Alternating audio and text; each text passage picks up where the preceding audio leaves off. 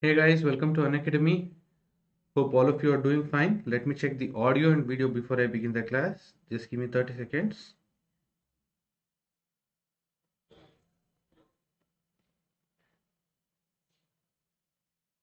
Okay, I am live.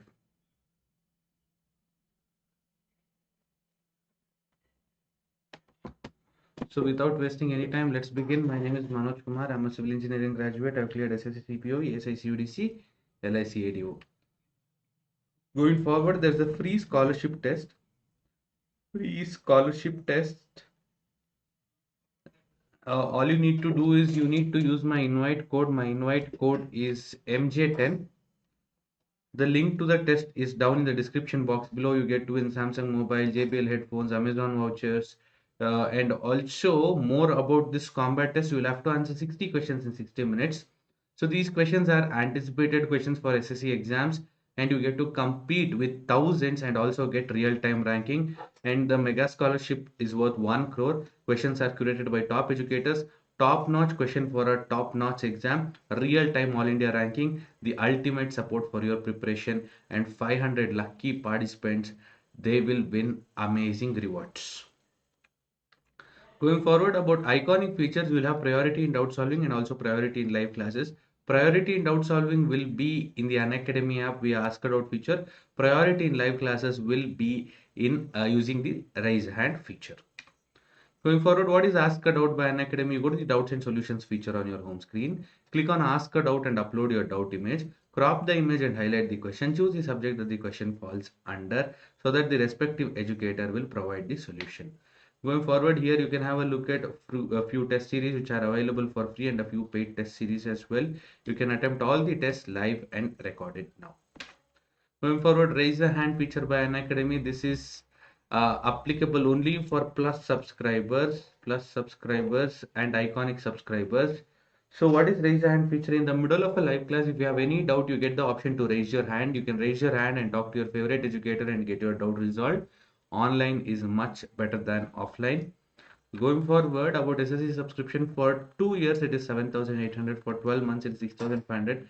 For 6 months, it is 5,400. You can use my code. My code is MJ10 and you'll get 10% off on your subscription. And for 1 year, it is going to cost 7,020 rupees. Less than that if you have credits. Going forward, report and win feature. This is an opportunity for all learners to report any inappropriate content in the video. If you are the first one to report a particular issue, then you get to claim prize. Report any inappropriate content using form in the description box below. All right, let's crack it. So the first topic of the day, NASSCOM has done a study on startup. Okay. What does NASSCOM stand for? NASSCOM is an NGO. It's a non-government organization. NASSCOM stands for National Association of Software and Service Companies. NASSCOM stands for National Association of Software and Service Companies. It is NGO. I told you it's a non-government organization. And what does this NGO do? It works to expand IT sector in India. And according to a recent study of NASSCOM, the startup ecosystem in India has increased twice. We see a lot of startups these days, a lot of startups. And startups, they thrive on ideas. And once their ideas are successful, they also get very good investors. To just give you an example, there is a new startup in Bangalore. The name of the startup is Zepto. So they deliver groceries in 10 minutes. Even during lockdown, I get deliveries in 10 minutes. I can order groceries. I can order, suppose there is no milk at home. All of a sudden, I need milk. Even faster than going out getting milk, I get it delivered home without any delivery charges. So I guess this is a great thing. And this company, it is just 6 months old and it has raised a startup capital of 4,200 crore. So you can just understand how startups are blooming. So startup ecosystem in India, this has increased twice. Between 2020 and 2021, the startup industry of the country, this has grown by 330 billion US dollars. That is just 2 years ago. In 2 years, startup industry, this has grown to 330 billion US dollars. And what does this study by NASSCOM say? 2021 was a breakthrough year for startup. Around 65,000 startup, they created 6.6 lakh direct jobs and 34.1 lakh indirect jobs between 2020 and 2021. Most of the new jobs, they were brought in by the industries in the field of retail, edtech. You can have you can use the example of Unacademy, Byju's, and a lot other. and BFSI, that is banking, financial services, and insurance. So even this sector has grown in with regard to startups, also retail tech, SCM and logistic, that is supply chain management. SCM is supply chain management, and also food tech and mobility. The number of value deals increased by 3 times. The increase in the number was highly evident in the deals that were greater than 100 million US dollars. There is readiness to take risk among the startups.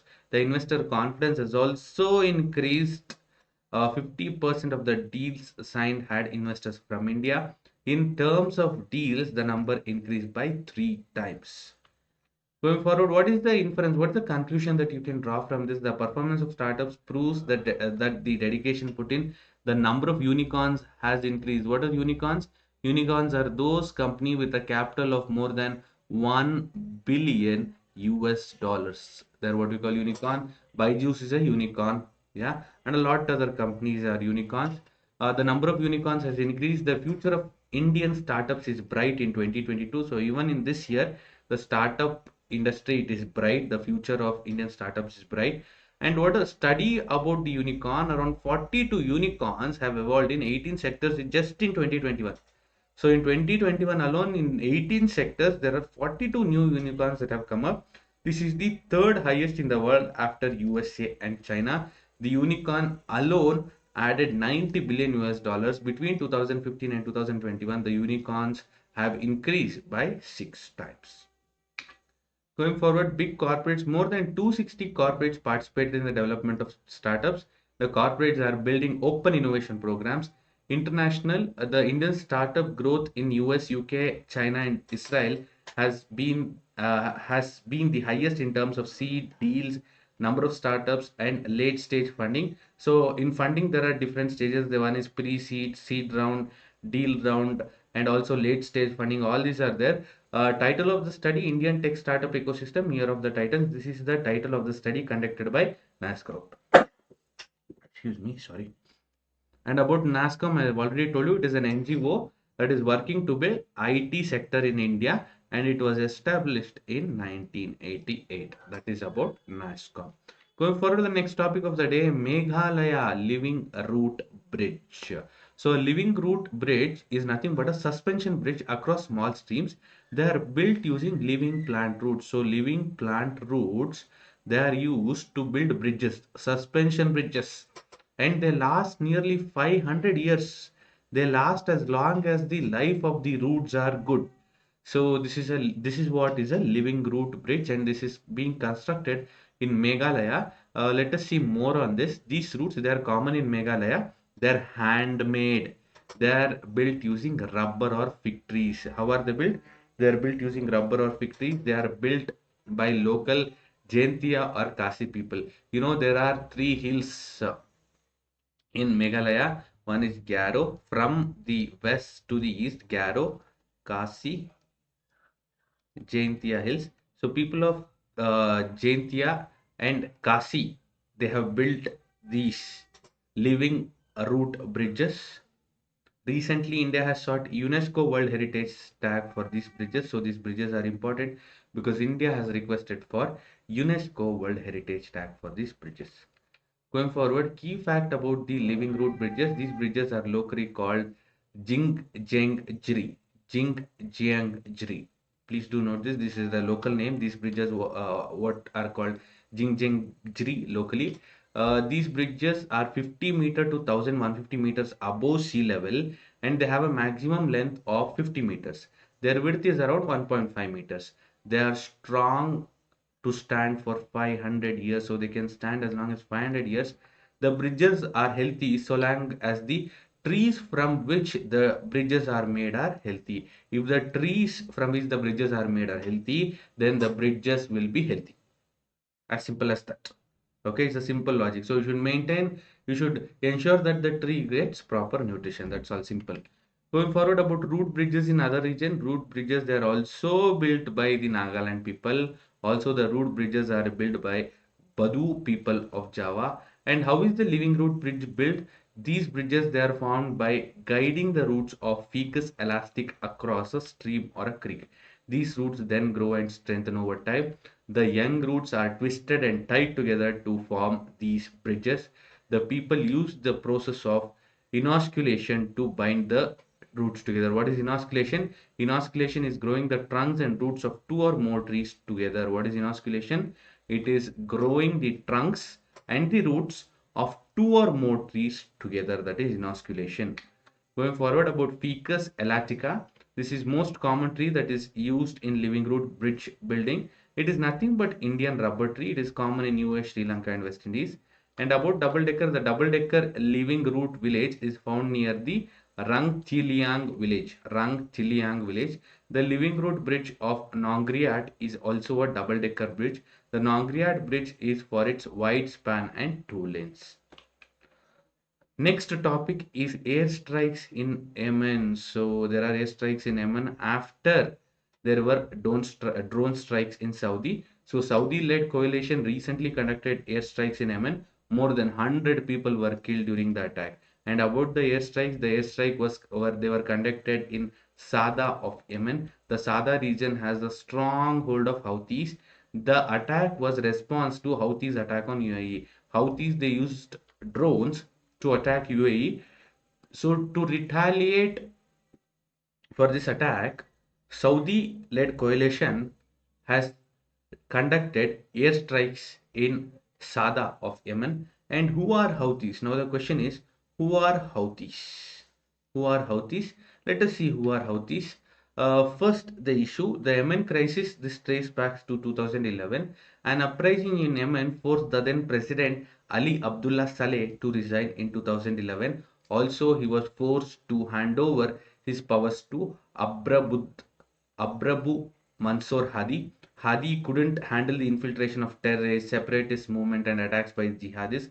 Eventually, unemployment, corruption and food insecurity in the country increased.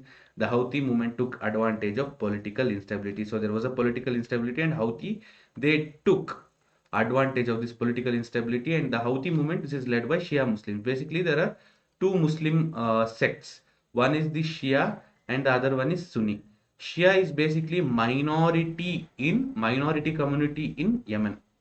Minority in Yemen. So they are minority in Yemen. And regarding Yemen, the capital of Yemen is Sana'a. Sana'a is the capital of Yemen. This might be a potential question because Yemen is in news. And they captured Sada province and slowly started moving southwards. Even the Sunnis and the other ordinary Yemenis, they started supporting Shias. The Houthis slowly took over Sana'a, the capital of Yemen. And about the Saudi-led coalition, Saudi Arabia and 8 other Arab states are Sunni regions. The US, UK, and France supported Saudi. These countries are fighting against Houthis and are also referred to as Saudi-led coalition. Iran is a Shia country and therefore supports the Houthis. Going forward, what is the recent issue? In January 2022, the Houthis rebel they attacked UAE with a drone and this caused multiple explosions in UAE. The Saudi-led coalition has conducted airstrikes in response to this attack. And about Zaidis, the Houthis are actually Zaidi Shias. The Zaidis follow the oldest Islamic principle. The Zaidis were highly powerful in Yemen for decades.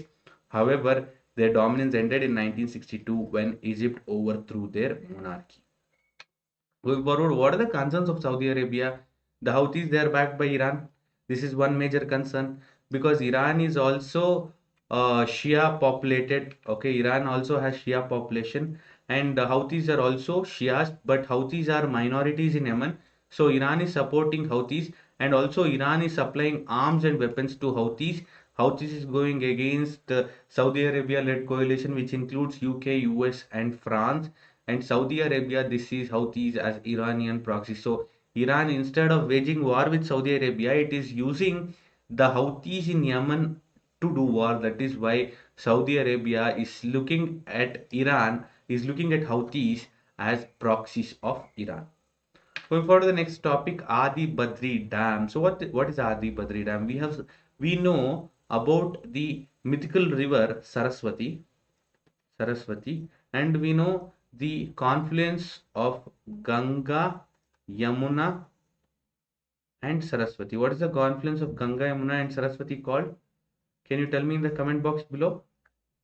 Confluence of Ganga, Yamuna and Saraswati.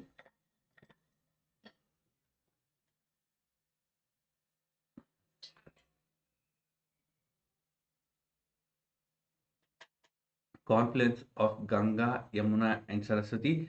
Please do tell me in the comment box below what is the confluence of Ganga, Yamuna and Saraswati called. It's a holy site for Hindus. So Haryana and Himachal government, they have signed an agreement to build Adi Badri Dam in Yamunanagar district. Adi Badri Dam is where the river Saraswati originates. About the Adi Badri Dam, the dam will rejuvenate the mythical river Saraswati. It is situated in Haryana near Himachal Pradesh border. The place is considered as a river's origin point. With the rejuvenation of Saraswati river, religious beliefs will also be revived. The area will also be developed as a pilgrimage site. The dam will be built on 31.66 hectares of land in Himachal Pradesh. It has a width of 101.06 meters and a height of 20.05 meters. Total cost of the project is 215.33 crore. Dam at Adi Badri will also get water from Som River, which falls in Yamuna River near Adi Badri in Yamunanagar. This is about Adi Badri Dam.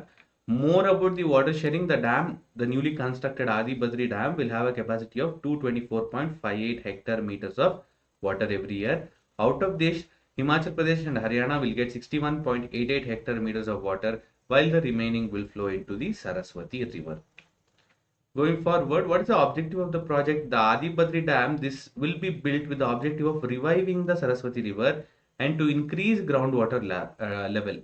Dam will also help in dealing with the flood situation arising out of excessive rainfall. A lake is also being built near the dam, which will in turn promote tourism. A background, research on the revival of Saraswati River, this had started in 1986-87. Research started from Adipatri in Yamunanagar and reached till Kutch. So who is conducting this research? The research on Saraswati River, this is being conducted by Kurukshetra University and Haryana Saraswati Heritage Development Board. Going forward about Saraswati River, which is very important. Saraswati River is mentioned in Rig Veda as well as in later Vedic period and post-Vedic texts. The river played a significant role in Vedic religion. It is considered as a great and holy river in the northwestern India. It originated from Kapal Tirth in Himalayas. Please do note this point. Where does river Saraswati originate? River Saraswati originates in Kapal Tirth. Kapal Tirth in Himalayas and flows towards Manas Sarovar and then turns west.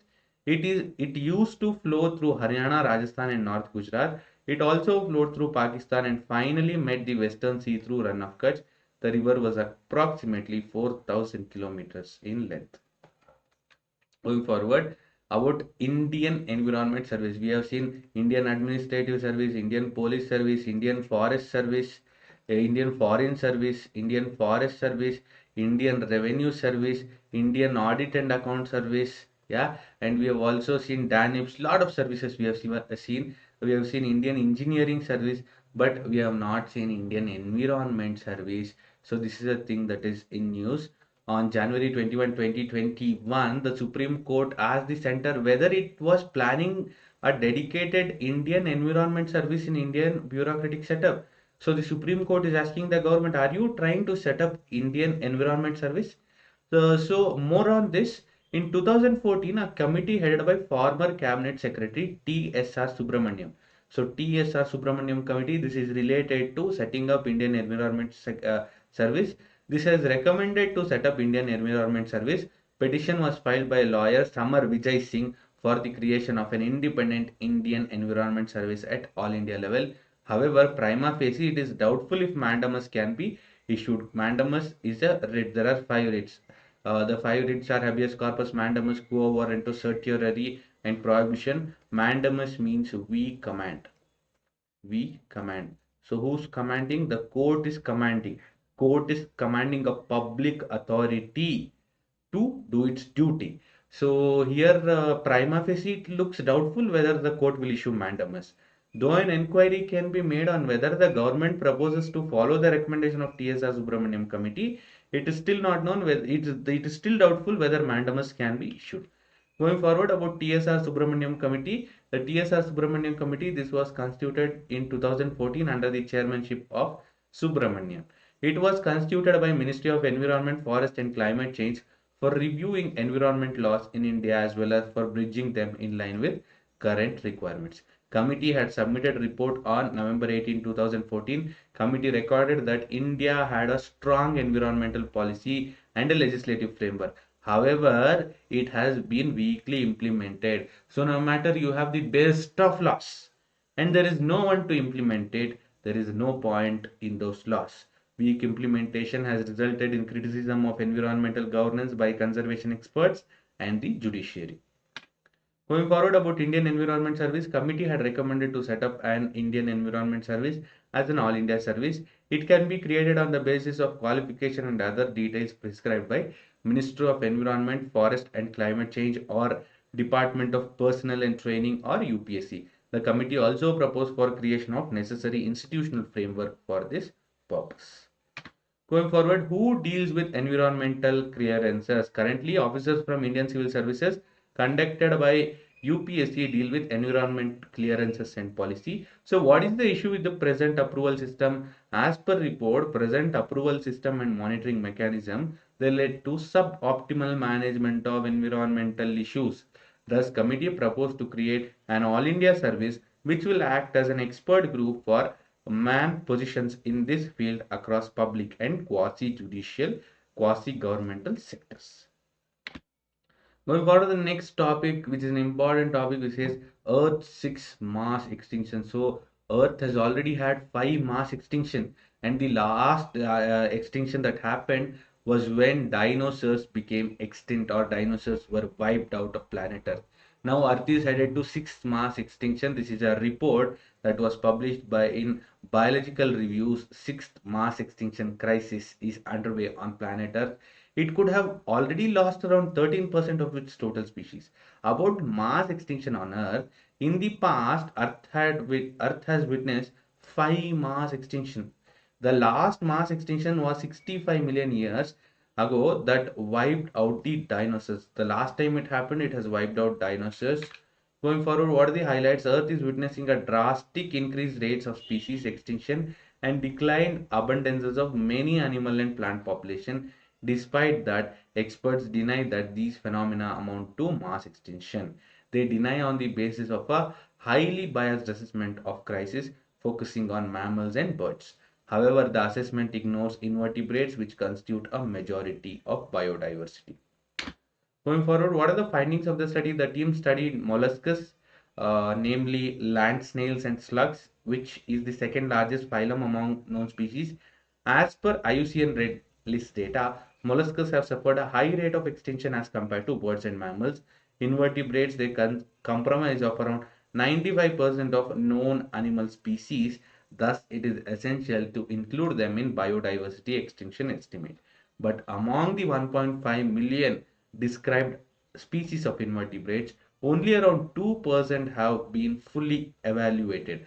According to them, since 1500, around 1,50,000 to 2,60,000 of all known species have gone extinct, but IUCN list only 882 species are listed as extinct. Going forward, what are the views on human? The paper is of the view that humans are only species that are able to manipulate planet Earth on a grand scale. Humans have allowed the current crisis to happen. Earth's 6th mass extinction, the Holocene extinction, is referred to as 6th mass extinction or Anthropocene extinction. It is an ongoing extinction event of species during present Holocene epoch because of human activity. The included extinction spans several families of fungi, bacteria, plants, and animals, including mammals, reptiles, birds, fish, amphibians, and invertebrates. Current rate of extinction is estimated at 100 to 1000 times higher as compared to natural background extinction rates. Going forward to the next topic, Supreme Court has given a judgment on inheritance of daughters, whether daughters can inherit properties of father. In a significant verdict, Supreme Court recently declared that daughters will be entitled to inherit the properties of the father. More on this, key facts. The apex court, that is the top court, Supreme Court, pronounced that daughters of a male Hindu dying intestate. Intestate means somebody who's dying who's died without a will, without a will, without a will be entitled to inherit the self-acquired and other properties obtained in partition by the father. Daughters will also get preference over other collateral members in the family. As per the code, if a family of male Hindu dying intestate without a will is a self-acquired property, or it has been obtained in the partition of a corporacenary or a family property, it would devolve by inheritance and not by survivorship. The daughters would be entitled to inherit such property. So Supreme Court has given a verdict saying that daughters can inherit the property of the father. Going forward, a right of a widow or a daughter to inherit the self-acquired property or share received in partition of a corporacenary property of a Hindu male dying intestate is well recognized under old customary Hindu law as well as by several judicial pronouncements. So let us have a look at the background. This judgment, it came on a petition filed against the Madras High Court verdicts, which dealt with the property rights of Hindu women and widows in accordance with Hindu Succession Act. Court was dealing with the legal issue related to the right of daughter to inherit self-acquired property of her father in the absence of any other legal heir. And about the Hindu Succession Act, the act was enacted to amend and codify law related to intestate or unwilled succession among Hindus, Jain, Buddhists, and Sikhs. The act put forward a uniform and comprehensive system of inheritance and succession into one act. The act abolished the limited estate of Hindu women. And the next topic is shortage of lithium for EVs. Lithium batteries are used everywhere from mobile phones till electric vehicles. Lithium is used. Recently, the Serbian government cancelled licenses for a major lithium project which is owned by Anglo-Australian miner Rio Tinto. What are the highlights? Lithium is in hot demand because of rapidly growing production of electric vehicles. Electric vehicles are booming, which use lithium ion batteries. However, there is a global supply shortage of lithium, with Western countries are fighting to bring on new mines in a bid to compete with China. How is lithium produced? Currently, lithium is produced from hard rock or brine mines. Australia is the world's biggest supplier producing from hard rock mines. So, which is the country that is the largest supplier of lithium? It is Chile. Chile is the largest supplier of lithium. And on the other hand, countries like Argentina, Chile, and China mainly produce lithium from salt licks. In December 2021, total global production was forecasted at 4,85,000 tons, increasing to 61 lakh 50,000, 6 lakh 15,000 tons in 2022 and 8 lakh 21,000 tons in 2023. Price of lithium carbonate prices, they have reached to record highs in the past year because of strong demand from Chinese battery makers. According to global report 10 producer Alchem, price is expected to jump to around 15 lakh per ton by June 2022, around 80% more than half year to December 2021. So, which is the world's biggest mine? World's biggest mine is Talison Lithium, which is a joint venture of IGO, Tianqi Lithium, and Albemarle is the world's largest mine. Please do remember, largest mine of lithium is Talison Lithium. Present production capacity of this mine is 1.34 million tons per year of chemical grade and technical grade lithium concentrate. Pilgangura in Western Australia, which is owned by Pilbara Minerals, is expected to produce 4 lakh to 4 lakh 50,000 tons of spodumene concentrate in June 2022. What is spodumene? Well, first you need to know ores of lithium, and do remember that lithium is the lightest metal. Ores of lithium include spodumene,